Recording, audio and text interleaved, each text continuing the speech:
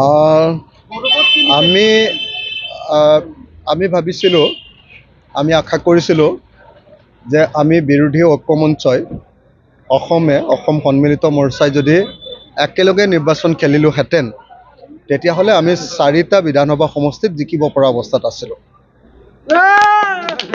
তো বিৰোধী ঐক্যমঞ্চই সেই 4টা বিধানসভা সমষ্টিত আমি জিকিব পাৰিলোহেঁতেন, কিন্তু কংগ্ৰেছে তাতকৈ বেছি ভাল কৰিম বুলি ভাবি 5টা সমষ্টিত জিকিব পাৰিম বুলি ভাবি তেওঁলোকে বিৰোধী ঐক্যমঞ্চ ভাঙি দিছিলে।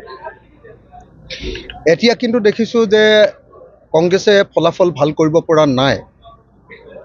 দুৰ্ভাগ্যৰ কথা যে কংগ্ৰেছৰ এই অহংকাৰৰ কাৰণে, কংগ্ৰেছৰ এই ভিত্তিহীন যিটো স্থিতি ল'লে তেওঁলোকে, সেই স্থিতিটো লোৱাৰ কাৰণেই আজি অসমত বিজেপিয়ে অগ্ৰগতি লাভ কৰিছে। মই বাৰম্বাৰ কৈ আহিছোঁ যে ভাৰতবৰ্ষৰ য'তেই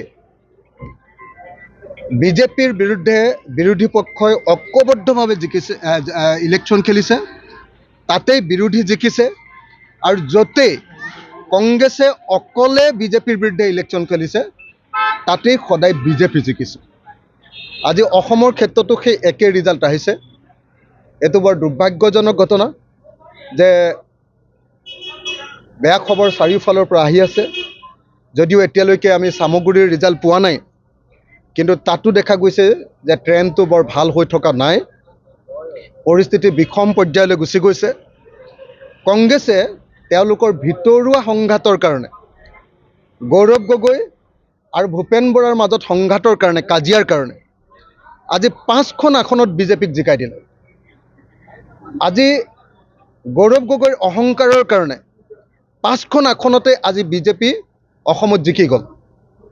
গতিকে ইয়াৰ পৰা আমি শিক্ষা এটাই ল'ব লাগিব যে 2026 চনত আমি আকৌ একলগ হ'ব লাগিব। বিজেপিয়ে হৰুৱাবৰ হ'লে আমি আটাইবিলাক ঐক্যবদ্ধ হ'ব লাগিব, আৰু কংগ্ৰেছে তেওঁলোকৰ অহংকাৰ ত্যাগ কৰিব লাগিব। কংগ্ৰেছে MP ইলেকশ্যনত অকণমান ভাল ৰিজাল্ট কৰাৰ পাছত তেওঁলোকে ভাবি লৈছিলে যে তেওঁলোক এতিয়া অপ্ৰতিদ্বন্দ্বী, তেওঁলোকক কোনেও হৰুৱাব নোৱাৰিব, তেওঁলোক জিকিবই, বেলেগক লগত লোৱাৰ কোনো প্ৰয়োজন নাই। সেইবুলি যিটো কংগ্ৰেছে ধাৰণা কৰি ল'ব খুজিছিলে, সেই ধাৰণাটো যে ভুল, আজিৰ ৰিজাল্টে তাকেই প্ৰমাণ কৰিলে। আৰু গৌৰৱ গগৈৰ অহংকাৰৰ ওপৰত এইটো এটা বৃহৎ, মই ভাবোঁ, আঘাত এটা। গৌৰৱ গগৈ ডাঙৰীয়াই কালি কৈছে যে আমি লুলি হোটেলত যিবিলাক মিটিং কৰি আছিলোঁ এইবিলাক ব্যৰ্থ হৈছে। লিলি হোটেলৰ মিটিং আমি কৰা নাছিলোঁ। লিলি হোটেলৰ মিটিং মাতি নিছিলে কংগ্ৰেছে, আমাক মাতি নিছিলে জিতেন্দ্ৰ সিঙে, আমাক মাতি নিছিলে ভূপেন বৰাই। মই গৌৰৱ গগৈক সুধিব খুজিছোঁ যে সঁচাকৈ জিতেন্দ্ৰ সিং ডাঙৰীয়া আৰু ভূপেন বৰা ডাঙৰীয়াই যি বিৰোধীৰ ঐক্যমঞ্চৰ মিটিং পাতিছে তাত গৌৰৱ গগৈৰ সঁচাকৈ সমৰ্থন নাই নেকি? নাম্বাৰ 1। মই এই মুহূৰ্তত ভূপেন বৰাক সুধিব খুজিছোঁ, ভূপেন বৰা ডাঙৰীয়াই উত্তৰ দিয়ক আমাক, যে ভূপেন বৰা ডাঙৰীয়া, আপোনালোকৰ এজন নেতা, কংগ্ৰেছৰ সৰ্বভাৰতীয় পৰ্যায়ৰ লিডাৰ, লোকসভাৰ বিৰোধী দলৰ কংগ্ৰেছ দলৰ উপদলপতি গৌৰৱ গগৈ ডাঙৰীয়াই কৈছে যে লিলিত যি মিটিং পাতি আছোঁ এই মিটিং ব্যৰ্থ হৈছে। সেই মিটিং লিলিত আৰু পাতিব নালাগে, পাতিব লাগে কোনোবা ধাবাত, বিহালীৰ ধাবাত। তাৰমানে কংগ্ৰেছৰ অফিচিয়েল মিটিং এইবিলাক নাছিলে নেকি?